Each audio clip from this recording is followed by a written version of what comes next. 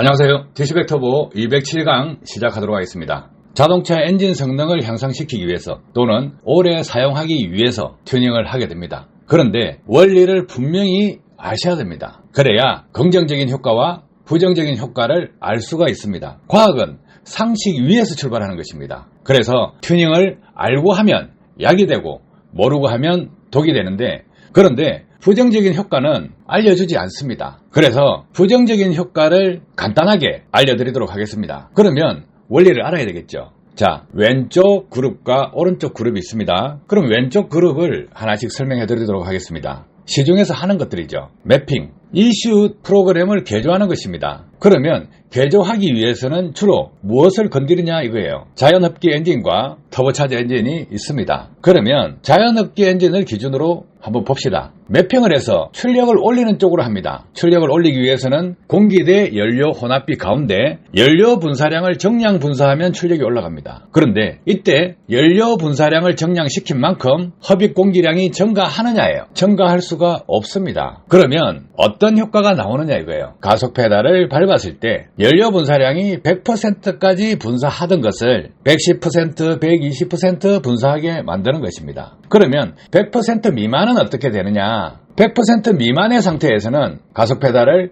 10% 밟았을 때 연료 분사량이 원래는 10% 분사하던 것을 12%, 13%, 15% 이렇게 정량 분사하도록 하면 가속 페달을 조금 적게 밟아도 연료 분사량이 많이 분사하기 때문에 출력이 올라간 것 같습니다. 그런데 가속 페달을 더 밟은 것과 다름이 없습니다. 출력을 올리게 되면 오르막길에 힘이 있죠. 그런데 그것은 가속 페달을 풀악셀 또는 엔진의 부하가 100% 걸렸을 때 연료 분사량이 100% 분사하게 되는데, 이때보다 연료 분사량을 더 정량 분사하게 하는 것입니다. 그래서 출력이 올라갑니다. 그런데 이때 매연 발생량은 어떻게 될까 이거예요. 그 순간에는 공기가 부족하기 때문에 매연 발생량은 증가합니다. 그런데 연료 분사량이 순정 상태의 100%보다 더 증가하지 않는 범위 내에 있다 그러면 가속 페달을 조금 작게 밟는다. 그런데 힘이 있다. 요 정도입니다. 자, 그러면 터보차저 엔진은 매핑이 가능한가? 연료 분사량 측면에서는 동일합니다. 그런데 연료 분사량 이외에 흡입 공기량을 더 정량시킬 수 있느냐? 막터보 같은 경우는 정량시킬 수 없습니다. 그런데 액추레이터를 이슈 프로그램으로 조절할 수가 있습니다. 그래 봐야 얼마나 향상시킬 수 있냐 이거예요.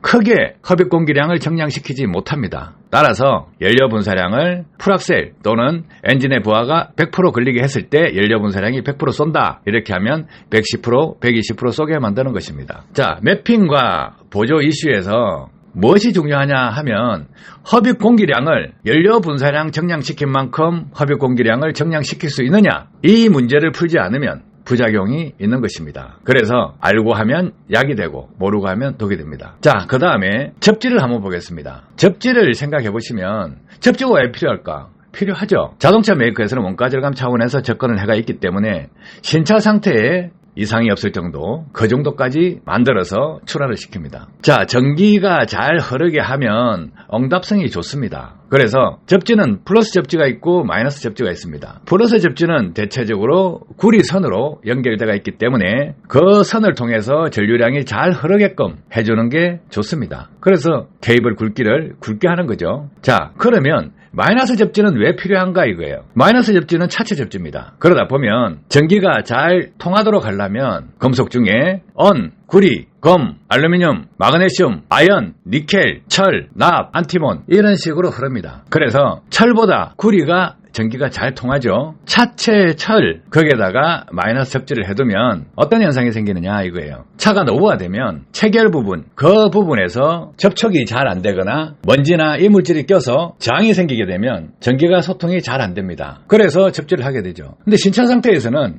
크게 문제가 없다는 거죠. 그래서 접점 부위에 전기가 잘 소통되도록 마이너스 접지를 하는 것입니다. 신차에서는 그다지 효과가 없고 노후화된 차량, 녹 발생이 많은 차량 접지 부분은 마이너스 접지를 하면 조금의 도움은 받을 수 있습니다. 그래서 신차의 접지는 크게 의미가 없습니다. 자, 그러면 에어클리너 한번 보겠습니다.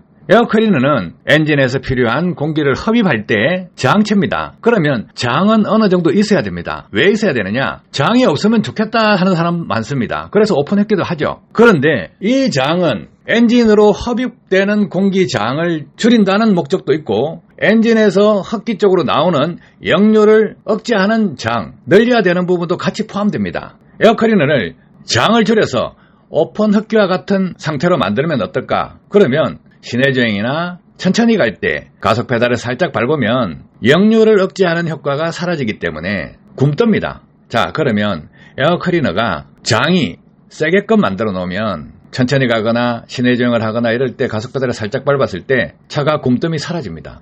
그래서 오픈 흡기는 어떤 조건에 유리하냐? 고속주행일 때 유리합니다. 가속 페달을 쭉 밟아가 속도를 쭉 올리고 엔진 회전 속도가 높을 때 그때 흡기 저항을 줄여주면 출력이 올라가고 차가 잘 갑니다. 그런데 반대로 회전수가 느리고 천천히 갈 때는 불리합니다. 자, 가변 배기는 어떠느냐 이거예요.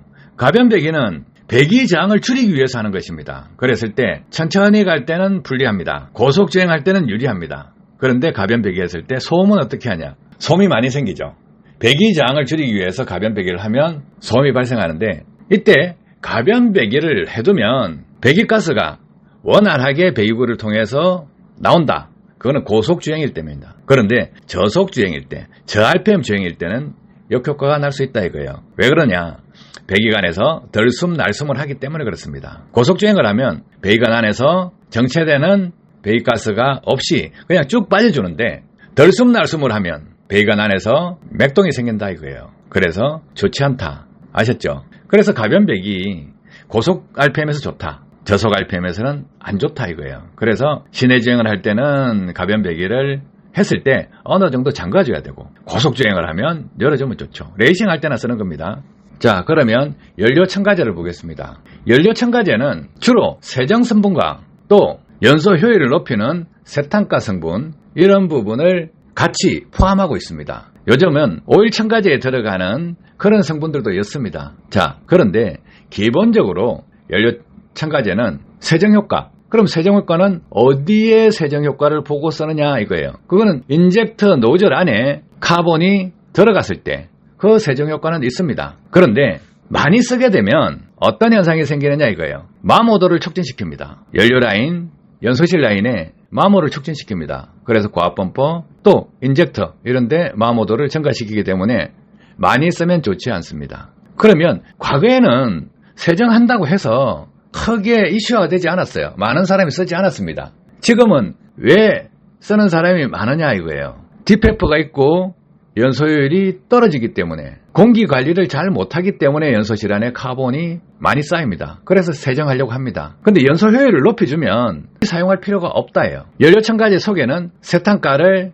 높입니다. 그러면 연료 첨가제를 넣었을 때 출력이 좋아진다, 힘이 좋아진다, 연비가 조금 올라간다 합니다. 그런데 그 연료 첨가제를 쓰지 않으면 그거로 끝나버려요. 아쉽죠? 그래서 마약과 같이 한번 쓰면 또 쓰고 또 쓰고 또 쓰고 하는데 그런데 자기 차가 엔진이 공회전이나 운행 중에 조금 진동이 있다 했을 때 한 번 정도 쓰는 겁니다. 혹시나 인젝터 내부에 카본이 껴서 노즐이 정상적으로 작동하지 않는다 이럴 때 한번 써보는 거예요. 그런데 그래 해도 개선되지 않는다 하면 다른 방법을 찾아야죠. 자, 그 다음에요. 와류기 한번 보겠습니다. 수십 년 전부터 와류기 하죠.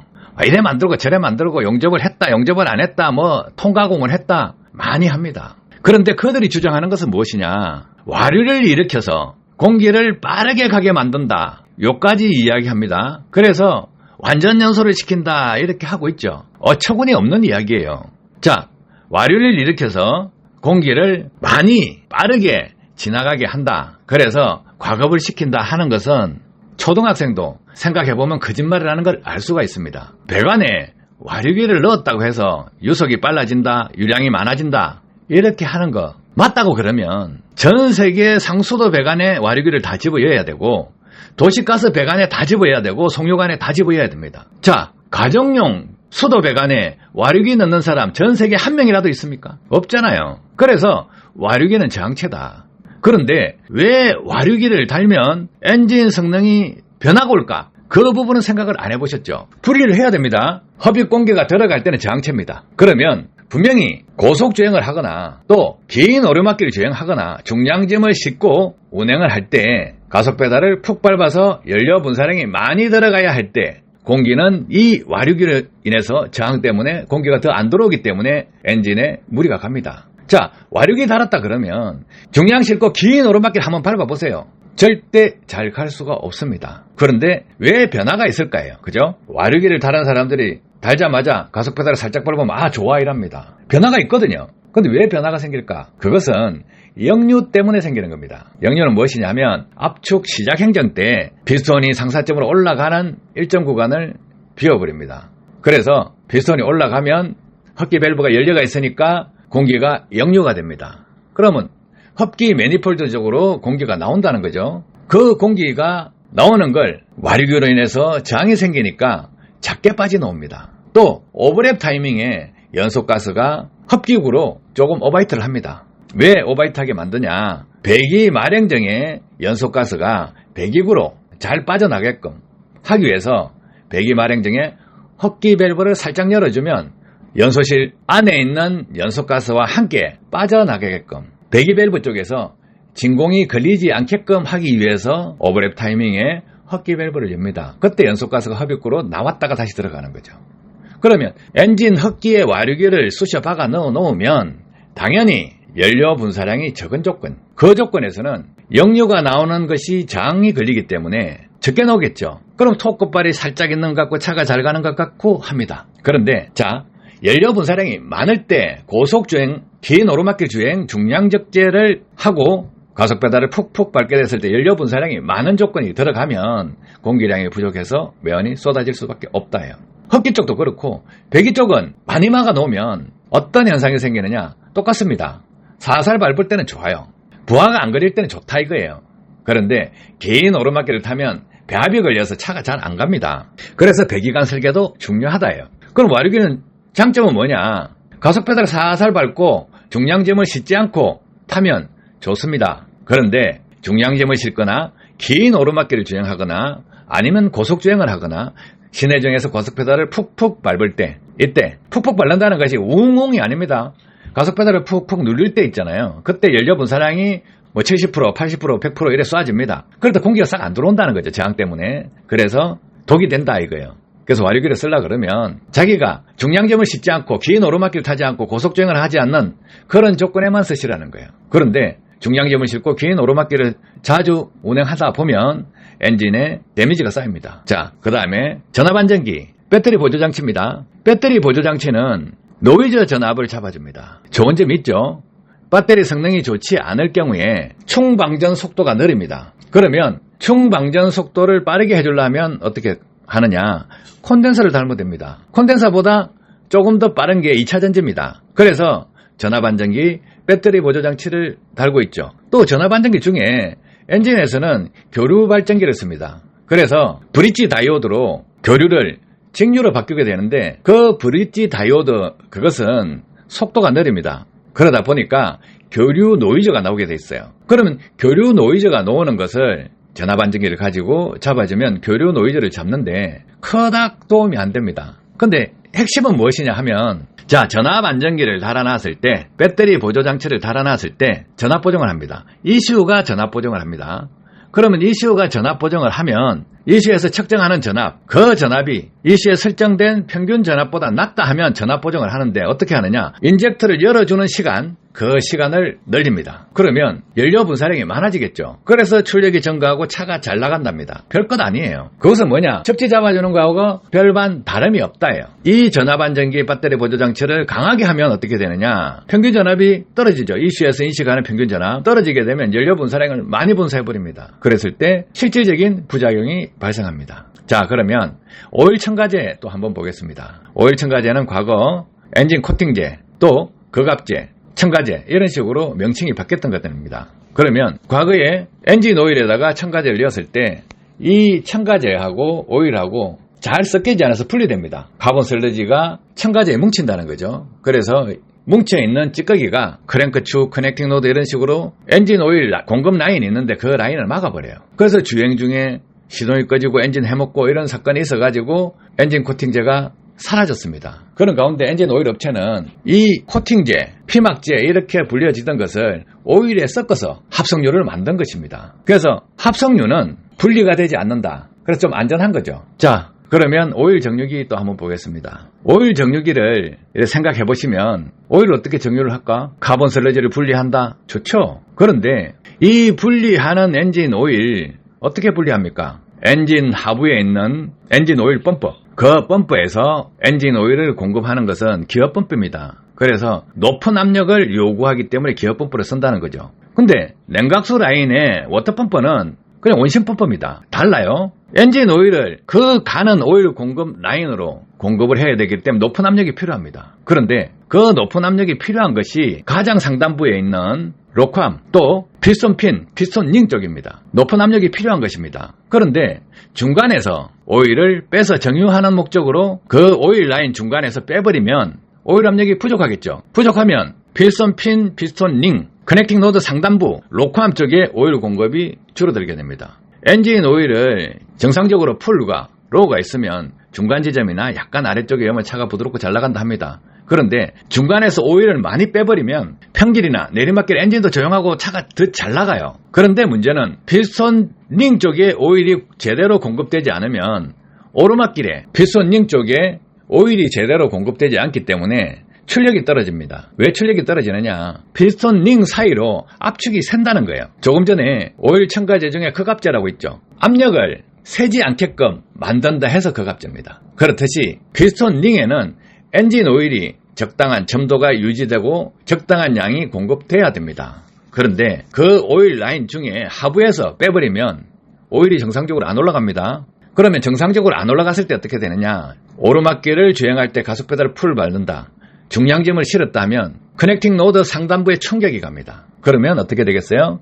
커넥팅 노드 상단부가 깨집니다. 깨지면서 커넥팅 노드가 블록을 뚫고 나오죠. 자, 과거에 매핑한다 했을 때 화물차들 100마력 올렸다 150마력 올렸다 해가지고 어떤 사건이 있습니까? 블록 뚫고 놓오죠. 그 블록 뚫고 놓는 커넥팅 노드가 피스톤 핀 쪽에 깨지거나 커넥팅 노드 자체가 반토막 나거나 해서 나오는 것입니다. 오일이라는 게 그래요. 우리가 아파트에 산다 하면 상수도 배관에서 왔을 때 밑에 범퍼를 가지고 가압을 시켜서 옥상까지 올린다요. 옥상까지 올라가는데 중간에서 수도꼭지를 열어서 물을 다 틀어놓으면 최고층에 물이 올라가겠습니까? 안 올라가죠. 그래서 옥상에 수조를 두고 수조까지 올립니다. 수조에 올려놔놓고 최고층이 20층이다 하면 20층에는 물이 약하게 나와요. 그런데 1층에는 물이 세게 나옵니다. 왜 그럴까? 중력이죠. 위에 집에서 물을 다 쓰고 19층, 18층, 17층 이렇게 물을 다 쓰고 수도꼭지를 다 열어놓으면 1층에 물이 그렇게 세게 안 나와요. 반대로 1층에서 물을 뿜어 올리는 걸 2층, 3층, 4층 이렇게 물을 올린다 하면 중간에 수도꼭지를 열어서 물을 빼버리면 고층에는 물이 안 나옵니다. 그래서 엔진 오일 정류기 쓰실 때 기어 펌프, 엔진 자체에 있는 기어 펌프 오일 압력을 그대로 쓴다 하면 많이 빼지 마세요. 많이 빼면 평길 좋습니다. 차 잘 나갑니다. 연료 들어가면 됩니다. 오르막길에 데미지 쌓입니다. 선택을 하시라는 거예요. 자, 그러면 가속 페달 신호 변조 한번 보겠습니다. 이것도 간단한 거예요. 이슈 매핑이나 보조 이슈나 뭐 똑같아요. 이것은 신호값을 속이는 겁니다. 이슈에 전달할 때 가속 페달을 10% 밟았는데 20% 밟은 신호값을 이슈에 전달합니다. 그럼 연료 분사량을 높이는 거죠. 그러면 이것은 운전자가 내가 조금만 밟아도 간다. 그런데 신호값은 조금 밟은 게 아니고 많이 밟은 게 되죠. 연료 분사량을 정량시키는 겁니다. 그런데 이것은 단점이 뭐냐면 매핑하고 다른 게 가속 페달을 풀악셀 했을 때는 조건이 똑같다는 거예요. 100%를 넘어가지 않는다예요. 그러면 매핑은 연료 분사량이 100%인데 매핑을 하게 되면 110, 120% 쏠 수가 있지만 가속 페달 신호 변조는 단지 가속 페달을 작게 밟고 많이 밟은 신호를 이슈해 주기 때문에 큰 의미를 가지지 못합니다. 그냥 푹푹 밟으시면 돼요. 약간 더 밟으시면 가속 페달 신호 변조하고 똑같습니다. 그래서 운전자가 살짝 판단착오를 일으킬 수 있는 것입니다. 자, 연료압력 조절 장치 보겠습니다. 자동차 메이커에서는 연료압력을 일정하게 조절하고 있는 엔진들을 만들고 있습니다. 과거에 불안자식 엔진에서 캠축에 연결해가지고 북적북적하는 펌프 달아놓고 연료를 공급했을 때는 연료압력이 흔들렸습니다. 그때는 그런 기능들이 없었죠. 그래서 연료압력 조절 장치가 자동차 메이커에서는 계속적으로 엔진에 보완돼 가지고 기술 개발이 다 돼서 들어갑니다. 그러면 연료압력 조절 장치는 어떤 효과를 주느냐예요. 시중에서 판매하는 연료압력 조절 장치는 연료 라인에 깡통을 달아놨을 경우에 저항이 생깁니다. 저항이 생기면 어떻게 되느냐 이거예요. 천천히 갈 때는 가속 페달을 푹 밟았을 때 연료가 순간적으로 푹 오지가 않아요. 그러면 급가속 급출발한다 쉽게 말해서 가속 페달 푹푹 밟는 사람들한테는 연비가 올라갑니다. 그리고 매연도 적게 나옵니다. 문제는 뭐냐면 고속주행을 한다. 연료 분사량을 계속 많이 써야 되는 조건에 들어간다 하면 연료 라인에서 연료가 꾸준하게 공급이 잘 돼야 되는데 100% 들어와야 되는 연료가 95% 80% 준다예요. 그럼 어떻습니까? 긴 오르막길을 주행할 때 출력이 떨어집니다. 그러면 긴 오르막길 연료 분사량이 많죠. 부하가 많이 걸리죠. 그럼 고속주행은 어떨까? 고속주행을 하면 공기저항이 많이 발생합니다. 구름저항도 발생합니다. 그럼 그 저항 때문에 부하가 많이 걸리게 됩니다. 엔진에. 그럼 연료 분사량이 많은 조건이 되죠. 근데 연료가 순탄하게 그 필요한 연료만큼 가주느냐? 연료 압력 조절 장치를 달아놓으면 저항으로 인해서 연료 공급이 잘 안 됩니다. 부족하다는 거죠. 그래서 이걸 달아놓고 고속주행을 하면 어떠느냐 이거예요. 잘 안 가겠죠. 그러면 연료를 적게 분사하게 되면 공기 대 연료 혼합비에서 공기는 똑같이 들어오는데 연료가 작아진다 하면 줄어듭니다. 그런데 문제는 출력도 떨어진다요. 연료는 동일하게 두고 공기량을 더 넣으면 되는데 그 방법을 찾아내지 못한다예요. 자, 그 다음에 보겠습니다. 연료 온도 조절 장치가 있습니다. 연료 온도요. 과거와 달리 지금은 틀립니다. 과거에는 연료 온도를 적정하게 유지하는 기술들이 없었어요. 그래서 보온 장치를 한다거나 연료 온도를 냉각수 라인으로 해서 그 온도를 이용해서 데워준다거나 엔진 오일 온도를 이용해서 데워준다거나 할 수가 있습니다. 그런데 이것도 과유불급이에요. 엔진 연료 온도를 너무 높이게 되면 불안전 연소가 됩니다. 또 너무 낮아도 불안전 연소가 됩니다. 그러면 자동차 메이커에서는 그 엔진에 필요한 연료 온도를 유지할 수 있게끔 온도 조절 장치를 다 부착을 해놔요. 지금 때가 어느 때입니까? 옛날에 망치질해서 차를 만들던 시대가 아닙니다. 자동차 메이커에서는 필요한 만큼 다 해놓습니다. 그래서 연료 온도 조절 장치 그닥 필요 없습니다. 엔진에 다 들어가 있습니다. 그리고 과거에 유니트 인젝터 방식 이런 방식들, 기하기 방식들, MPI 엔진 이런 방식들, 싸구려 엔진들은 연료 온도 조절 장치가 필요합니다. 그런데 지금은요, 자동차 메이커도 바보가 아니니까 연료 온도를 일정 온도로 유지하기 위한 기술들을 다 첨가하고 있어요. 자, 부작용을 아시라는 거예요. 튜닝 알고 하면 약이 되고 모르고 하면 독입니다. 그러면 자동차 메이커에서 기술을 접목하는 게 어떻게 변하고 있는지를 한번 보세요. 자, 오른쪽입니다. 과거에는 간접 분사를 했어요. 기하기 방식, 또 MPI 방식, LPI 방식 이렇게 했습니다. 그런데 간접 분사보다 직접 분사가 좋으니까 또 바뀐다는 거예요. 과거에 불안자식 그것도 직접 분사입니다. 근데 압력이 낮아요. 그래서 유니트 인젝터 방식, EUI 방식입니다.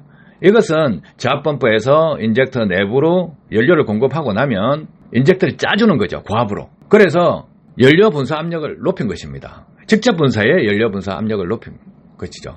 그러면 커먼 레일 이 방식, CRDI 방식은 뭐냐? 이것도 직접 분사인데 레일의 연료 압력을 회전수에 따라서 부하에 따라서 일정 압력을 유지하게 만듭니다. 그래서 유지된 것을 인젝터 듀티 타임으로 열어줍니다. 열어주면 열림량에 따라서 연료가 분사가 되게 되는데 압력이 낮을 때는 적게 분사하고 압력이 높을 때는 많이 분사하게 되겠죠. 아파트 20층에 똑같은 배관에 수도꼭지를 많이 연다, 적게 연다. 그럼 똑같이 열었다 칩시다. 20층 위에 수조가 있는데 그 상태에서 20층에서 물을 열면 압력이 약하죠. 그럼 물이 적게 나올 거 아닙니까? 1층에는 압력이 세니까 물이 많이 나오겠죠. 그렇듯이 이 커먼 레일 방식, 이 방식에서 과거에 비해서 지금은 압력을 상당히 높이고 있습니다. 왜 높일까요? 동일한 연료를 분사했을 때 고압으로 분사하게 되면 무화가 잘 됩니다. 입자가 잘게 깨진다는 거죠. 그래서 미리파 기술입니다. 연소를 높이기 위해서 하는 것입니다. 압력을 높이는 것은요. 자, 간접 분사, 직접 분사 이렇게 틀리죠. 그래서 LPG 차량도 기하기 방식에서 LPI 인젝터 방식으로 또 넘어왔다가 직접 분사 방식으로 LPDI를 씁니다. 실린더 내에 바로 쏜다는 거예요. GDI 엔진은 어떻습니까? 자, 기하기 방식에서 MPI 방식으로 바뀌었다가 GDI 방식으로 바뀐 것입니다.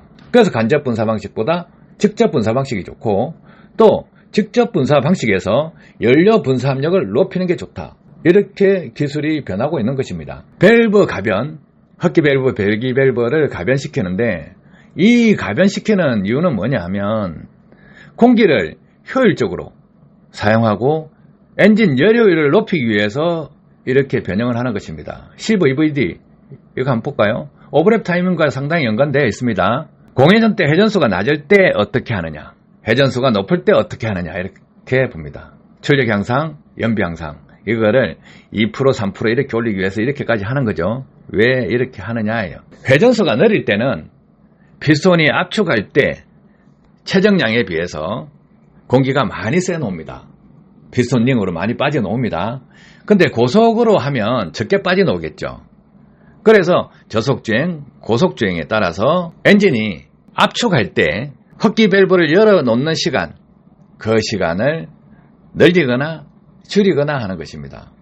그러면 압축 행정이 저속 회전에서는 길어지고 고속 회전에서는 짧아지는 것입니다. 효율을 높이기 위한 것입니다. 그래서 밸브 가변을 시켜서 2% 올렸다, 3% 올렸다, 5% 올렸다 해가지고 하는데 지금 현대자동차, 기아자동차는 CVVD를 적용하고 있습니다. 밸브 가변은 그런 용도로 써서 출력과 연비를 향상시킨다예요. 연소실 공기를 컨트롤하는 것입니다. 회전수가 낮을 때, 회전수가 높을 때 구분해서 리얼하게 제어를 하는 것입니다. 자, 그러면 또 변속비 봅시다. 스카니아 전진 14단, 후진 8단입니다. 제일 앞서가 있어요. 단수를 왜 높일까예요. 자, 이것은 실제 운행에서 상당히 많이 필요한 것입니다. 과거에는 1단, 2단, 3단, 4단, 5단, 6단, 7단, 8단, 9단, 10단, 11단, 12단 이런 정도의 단수를 가지고 있었습니다. 그런데 자, 12단보다 한 단 높이는 게 좋죠. 그냥 13단. 그럼 기압비가 더 좋습니다. 중량적재가 아니고 가벼운 짐을 싣고 운행을 할 때 13단에 쓰면 토크가 900rpm부터 정상적으로 나온다 하면 13단에 900rpm 걸어서 시속 90km 가게끔 만들어 놓으면 최고죠. 자, 그래서 전진 13단인데 자, 요게 전진 1단 더 있는 건 뭐냐면 주차하거나 천천히 가야 될 때 1단이 아니고 1단보다 낮은 단수. 그래서 가속 페달을 발만 떼면 살살 움직이게끔 해주는 거. 이런 부분을 포함한다는 거죠. 그래서 전진 14단. 자, 후진. 주차할 때 컨테이너 같은 경우에 후진할 때 가속 페달을 밟고 약간 밟고 또 브레이크 밟고 왔다 갔다 하면서 밟는 것보다 섬세하게 틈새 차를 주차하기 위해서는 후진도 아주 천천히 가는 후진이 필요하다는 거예요. 후진을 넣어놓고 브레이크 싹 건드리면서 사살사살 움직여가 열 때 있지 않습니까? 컨테이너 오른쪽에 10cm, 왼쪽에 10cm 이런 남은 공간을 후진해가 집어 열 때 악셀에다 밟았다가 브레이크 밟았다면 불안하잖아요. 그래서 엔진 힘이 약할 때도 후진을 서서히 할 수 있게끔 만드는 기술들이 들어간다는 거죠. 그래서 이 부분은 스카니아가 조금 앞서갑니다. 자, 연비운전. 연비운전을 보시면 또 다른 게 있어요. 과거에는 뭐 몇 rpm의 변속해라, 또 가속 페달을 어떻게 밟아라, 오르막길 어떻게 타라 이런 식으로 가르쳐줬어요.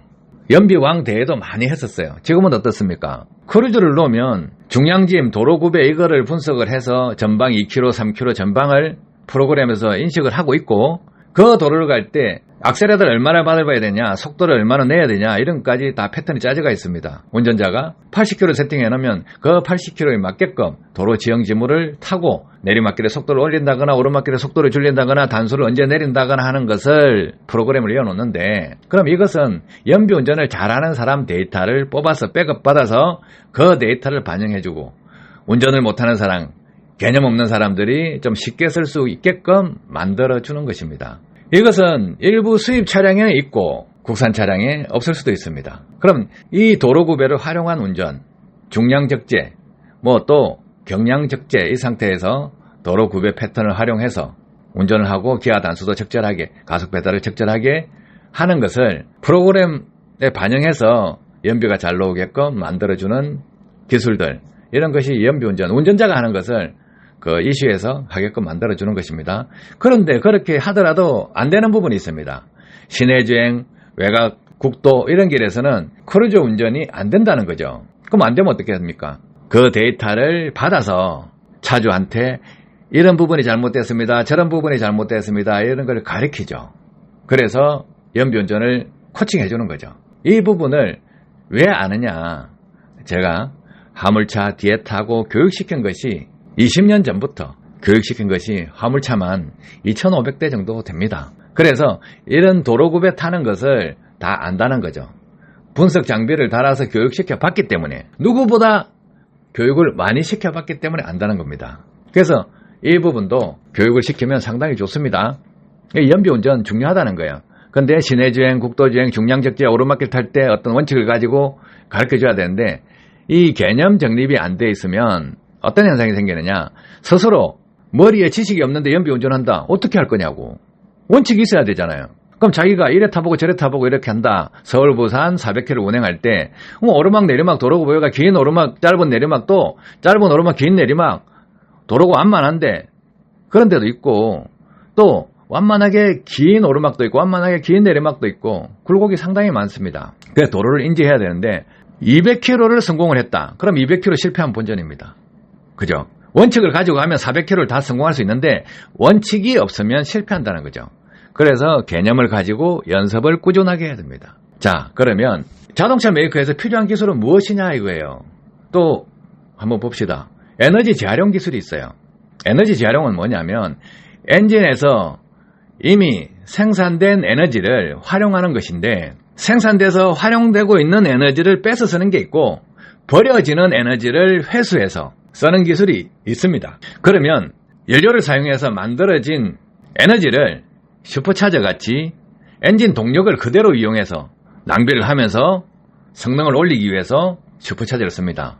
그러면 이것은 뭐냐면 좋은 점이 엔진 출력과 토크 향상되고 공연비 개선되는 좋은 장점이 있습니다. 하지만 이미 생산된 에너지를 사용하기 때문에 연비가 떨어지는 결과로 이어집니다. 자, 그 다음 기술 볼까요? 터보차저, 터보 컴파운딩, 디시백터브 요 세 가지를 한번 보세요. 자, 터보차저는 배기 쪽으로 나가는 배기가스, 그 배기가스 풍속을 활용해서 터빈을 돌리고 터빈 반대쪽에 있는 임펠러를 통해서 허빛 공기를 가압을 시킵니다. 압력을 높여서 공기가 연소실로 많이 들어가게끔 만드는데, 터빈의 온도가 높기 때문에 엔진 오일로 냉각도 시키고 윤활도 시킵니다. 그렇지만 임펠러에 부딪히는 공기, 그 공기로 인한 열, 또 터보 축으로 전달되는 열, 터보 케이싱으로 전달되는 열, 그 열을 떨어뜨리기 위해서 인터쿨러를 사용해서 가압된 공기 온도를 떨어뜨리면 공기 중에 산소량이 많아지게 되죠. 온도를 떨어뜨리면. 그래서 과급시키는 장치입니다. 이 에너지원은 무엇이냐면 어차피 배기구로 통해서 버려지는 에너지입니다. 소음기를 한번 통해야 되죠. 소음 때문에. 그래서 소음기 성능을 조금 줄이고 터보차저 회전수를 높이면 되는 것입니다. 그래서 이것은 버려지는 에너지를 회수해서 허빛 공기를 가압시키는 겁니다. 자, 터보 컴파운딩 있죠. 터보 컴파운딩은 뭐냐면 터보차저를 통과한 배기가스, 그 풍속을 다시 한 번 더 터빈을 활용해서 에너지를 회수합니다. 에너지를 회수한 것을 다시 동력으로 바꿉니다. 회전 동력으로 바꿔서 크랭크 축으로 연결해 놓습니다. 그러면 터보 컴파운딩을 사용하게 되면 어떤 효과가 나오느냐? 가속 페달을 살 밟고 당길 때는 그닥 효과가 없습니다. 배기가스가 많이 나오는 조건에서는 에너지 해수량이 많아지죠. 그러면 에너지 해수량이 많아지려고 하면 오르막길입니다. 연료 분사량이 많아요.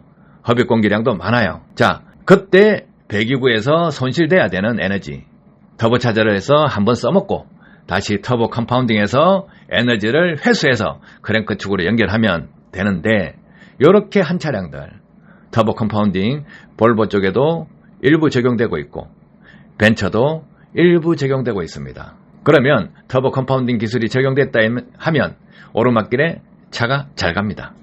왜? 에너지를 회수해서 동력을 만들고 그 동력을 크랭크 축으로 연결해놨기 때문에 오르막길에 차가 잘 갑니다.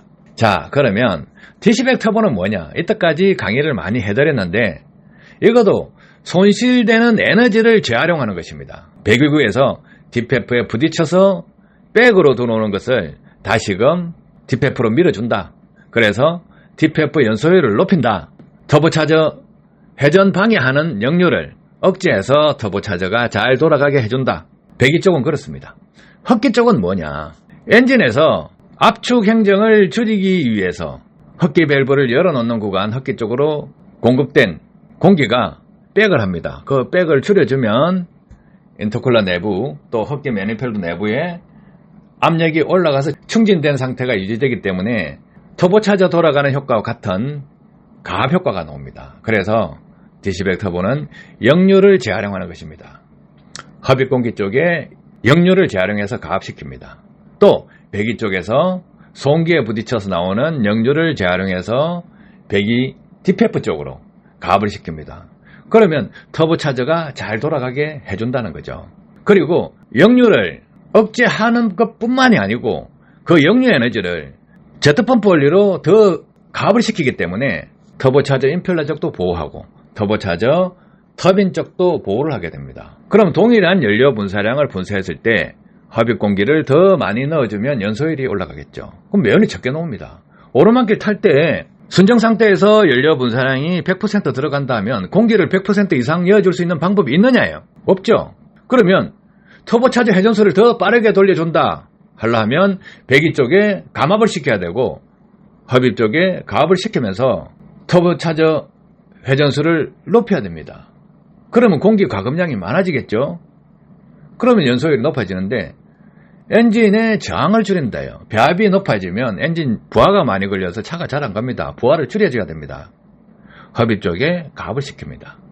그래서 역류 에너지를 재활용하는 것이 디시백 터보입니다. 매연 적게 나옵니다. 당연히 공기가 더 과급되기 때문에 연소율이 높아지기 때문에 매연이 적게 나온다. 출력이 올라간다. 연비가 향상된다 이거예요. 아셨죠? 그래서 튜닝이라는 것은 새로운 기술 개발 분야라고 할 수가 있습니다. 그런데 부작용을 가지고 있으면 독이 되는 것입니다. 이렇게 부작용을 포함하고 있으면 독이라는 거죠. 그래서 튜닝을 하실 때는 알고 하면 약이다.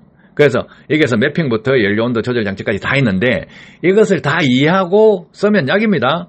부작용 나는 부분을 안 쓸 거니까. 그런데 부작용 나는 부분을 모르고 쓰게 되면 그 부작용 영역으로 들어간다. 엔진 손상을 준다. 데미지를 쌓이게 한다. 그럼 독이 되죠. 그래서 매핑부터 연료온도 조절 장치까지 그 원리를 아시고 쓰시라는 거예요. 자, 부작용이 없는 기술들은 오른쪽입니다. 오른쪽 보시면 간접분자에서 직접 분사라고 하고 밸브 가변을 하고 에너지 재활용하고 변속비 단수 높이고 또 연비운전하고 이렇게 있는데 연비운전은 제가 지구상에서 가장 많이 연구하고 실험하고 교육한 사람 중에 한 사람일 것입니다. 그래서 연비운전 분야 또 디시백 터보 역류 에너지 재활용하는 이런 기술들 좀 앞서가는 기술들을 개발하다 보니까 많이 알아야 되겠죠. 그래서 매핑부터 이렇게 뭐 보조 이슈, 접지, 에어 클리너, 그 다음에 오픈넓기, 가변배기, 연료 첨가제, 와류기, 전압 안정기, 오일 첨가제, 오일 정유기, 가속 페달, 신호 변조하는 거, 연료 압력 조절 장치, 연료 온도 조절 장치 다 파악하고 실험하고 알고 있다는 거예요. 아셨죠? 도움 되셨길 바랍니다. 감사합니다.